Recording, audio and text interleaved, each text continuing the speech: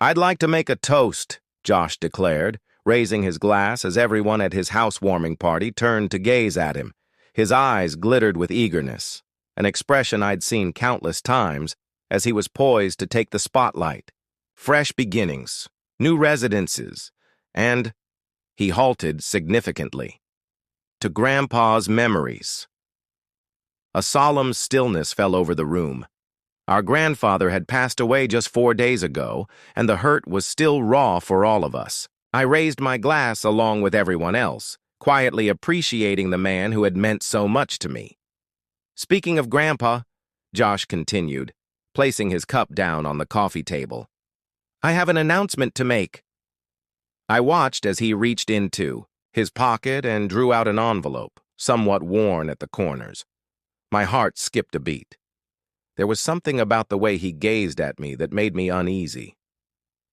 "Before he died, Grandpa handed me this letter," Josh said, his voice carrying across the living room of his new Denver house. "He wanted me to have his holiday home on the lake, the place we all loved as kids." The room erupted in startled comments and cheers. My parents grinned with pride, while Josh's girlfriend, Teresa, clapped eagerly. My cousin Jenna shot me a bewildered glance from across the room. She knew how close Grandpa and I had been. I sat there, stunned, unable to absorb what I was hearing. The lakeside cabin was Grandpa's most valued possession. It was also where I had spent practically every weekend over the past 3 years, helping Dad maintain the property, listening to Grandpa's stories, and simply enjoying his company. Josh, on the other hand, had visited maybe twice in the last 5 years, usually whining about the absence of Wi-Fi and complaining that there was nothing to do. But more importantly, Grandpa had given me a small wooden box 3 weeks ago, making me promise not to open it until the timing was right. Inside was a notarized deed transferring ownership of the vacation house to me. He had already given me the land. It wasn't even part of his estate. As Josh unfolded the letter and began to read what were reportedly Grandpa's wishes, I watched his face carefully. Was he lying? Did he know about the deed? Had Grandpa somehow changed his mind without telling me? That's great. "Nice for you, Josh," I managed to respond with a forced smile, though my mind was racing. I needed to get home. I needed to check the paperwork in the wooden box right away. Discreetly, I excused myself, claiming I needed to use the restroom. As I closed the bathroom door behind me, I leaned against it and took a deep breath. The letter Josh had shown everyone didn't make sense. Grandpa's handwriting had been increasingly unsteady in his final months due to arthritis, but the signature on Josh's letter looked strangely smooth, too confident. Just then, my phone chimed with a text from Jenna. "You okay?" That was weird. Josh never even cared about the cottage. I texted her back. "Need to check something at home. Can you cover?" "For me?" "Say I got called into work." Within minutes, Jenna had made my excuses to the family, and I snuck out the back door. While everyone was still celebrating Josh's inheritance, I drove straight home. The streetlights blurred as memories of Grandpa filled my thoughts. Teaching me to fish off the dock, pointing out constellations in the clear mountain sky, laughing at my pathetic attempts to skip stones across the lake. The vacation home wasn't just property. It was where our most precious memories existed. It was our place. When I got home, I went straight to my closet, pulled out the wooden box, and opened it. The old cigar box smelled of cedar, worn smooth with age. "Don't open this until you need to know the truth," Grandpa had told me, his eyes crinkling with that familiar knowing look. My hands trembled as I lifted the lid. Inside were neatly folded documents, a sealed envelope with my name on it, and a small brass key. I recognized it immediately. It opened the antique roll-top desk in Grandpa's study, at the cabin. I unfolded the top document and gasped.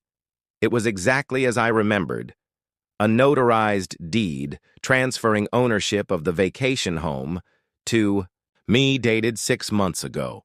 Beside it was a letter, written in Grandpa's frail, unsteady handwriting. "My dearest Jules," it began, "by the time you read this, I'll likely be gone. I've decided to gift you the cabin while I'm still alive to avoid any problems. You're the only one who actually loved this place as much as I did. Your brother never showed interest, except when he needed a place to throw parties while I wasn't around." Tears blurred my vision as I kept reading. "I know your brother will contest this, which is why I've had everything properly notarized and filed. There's a copy with my lawyer, Harold Thompson. The cabin is legally yours already. This isn't part of my will or estate. I trust you to keep the spirit of our special place alive." I sat back, stunned. Josh had lied. He faked a letter, knowing full well Grandpa had already given the property to me. The audacity. Even for him. My phone buzzed again, messages from my parents asking where I had gone. Josh had texted too. "Lovely disappearing act. Don't worry, you can still visit the cabin if you ask nicely." That's when I knew exactly what I had to do. I wouldn't confront him over text or a phone call. No, this called for something more direct. I placed the documents back into the box, checked the time. The party would still be going for a couple more hours. I wiped my tears, took a deep breath, and headed back to my car. It was time for the truth to come out. Either I'm gone, or something has happened that made her feel it was necessary to expose its contents. I've known you since the day you were born, and I know your heart. You've always craved recognition and acknowledgement, things I perhaps failed to give you in the way you needed. But I also know that when you feel forgotten, you sometimes make impetuous decisions that affect others, and ultimately, yourself. The cabin has been transferred to Jules.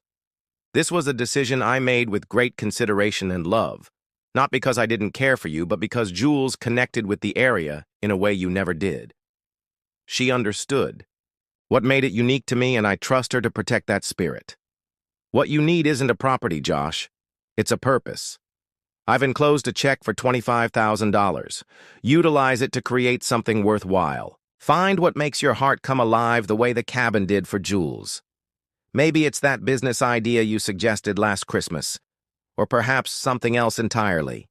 I hope someday you'll understand that this isn't about favorites or fairness. It's about recognizing diverse roots for different hearts. Jules will keep the door open for you at the cabin, I have no doubt. Yet your future depends on making something of your own, with love and hope. Grandpa. When my mother finished reading, there wasn't a dry eye in the room. Josh sat with his head lowered, the check gripped in his quivering fingers. He looked straight through me. Then, he whispered, "Even from the tomb." My father moved to place a soothing hand on Josh's shoulder. Your grandfather was a perceptive man. Josh looked up at me, genuinely looked at me, probably for the first time in years. "I'm sorry, Jules," he said. "I had no right to attempt to grab what was already yours." The words seemed to pain him, but they also seemed true. I nodded, not entirely ready to accept forgiveness, but acknowledging his apology. "There's something else in the box," I replied, reaching for it again. I pulled out a small photo album and opened it, to see images spanning years. Josh and me as children at the cabin, constructing sandcastles by the lake, cooking marshmallows, with Grandpa at the fire pit. Grandpa had this in his desk at the cottage, I explained, turning pages to show more recent photographs. "He never stopped hoping you'd come around, Josh." My brother glanced at the photos, emotion flooding across his face. "I really messed up, didn't I?" "Yes," I agreed, not sugarcoating it. "But Grandpa plainly thought you could do better." The room grew silent again, but it was a new kind of silence. Thoughtful rather than tense, sorrowful rather than angry. The evening had taken a turn none of us had expected, laying bare years of tangled feelings and unacknowledged resentments. Jenna, who had been watching silently, eventually spoke. "So, what happens now?" It was the question hanging in the air for all of us. What do you do after a moment of harsh reality? How do you move forward from betrayal and revelation? I closed the wooden box, feeling the weight of the duty Grandpa had put on me, not just for the cabin, but perhaps for healing our family too. "Today," I replied quietly, "we try to honor what Grandpa intended for both of us." The gathering broke up soon after. My parents left with troubled glances back at Josh, evidently divided between disappointment in his behavior and worry for his well-being. Jenna gave me a quick hug before leaving, whispering, "Call me tomorrow." And then it was just Josh and me, in his new house. The joyous atmosphere utterly evaporated. Josh went around his kitchen, methodically making coffee neither of us truly desired. The silence between us felt heavy, with all the years of competition and misunderstanding. "I didn't plan it," he said eventually, setting a mug in front of me. "The forgery, I mean. When I found out about the deed, I was angry, in pain. I made the letter the same night, not really expecting I'd use it." "Then why did you?" I questioned, wrapping my hands around the warm mug. Josh stared into his coffee as if it might contain answers.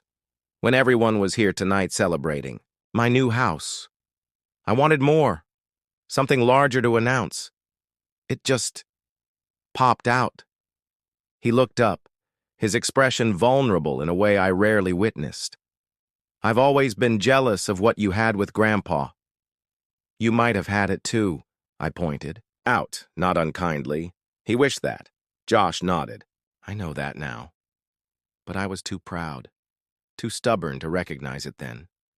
He hesitated, then questioned, "What are you going to do with the cabin?"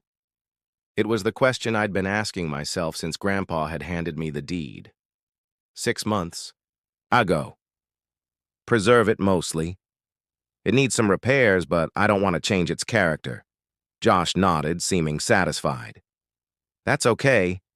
It should stay the way Grandpa loved it." I studied my brother, this person I'd grown up with, but sometimes thought I scarcely knew. "You're welcome there, you know. Anytime." His eyes widened slightly in surprise. "Even after what I did?" "The cabin was designed to bring family together, not tear us apart," I said, mirroring what I imagined Grandpa would have wanted. "That doesn't mean I'm not still unhappy. Or that I trust you totally right now. But the door is open." Josh seemed to see the qualified olive branch for what it was. "Thank you." We sat in silence for a few more minutes, sipping coffee that had already gone cold. The night had been hard, emotionally and physically. Yet, there was still plenty to absorb. "I should go," I said finally, standing up. "It's been a long day."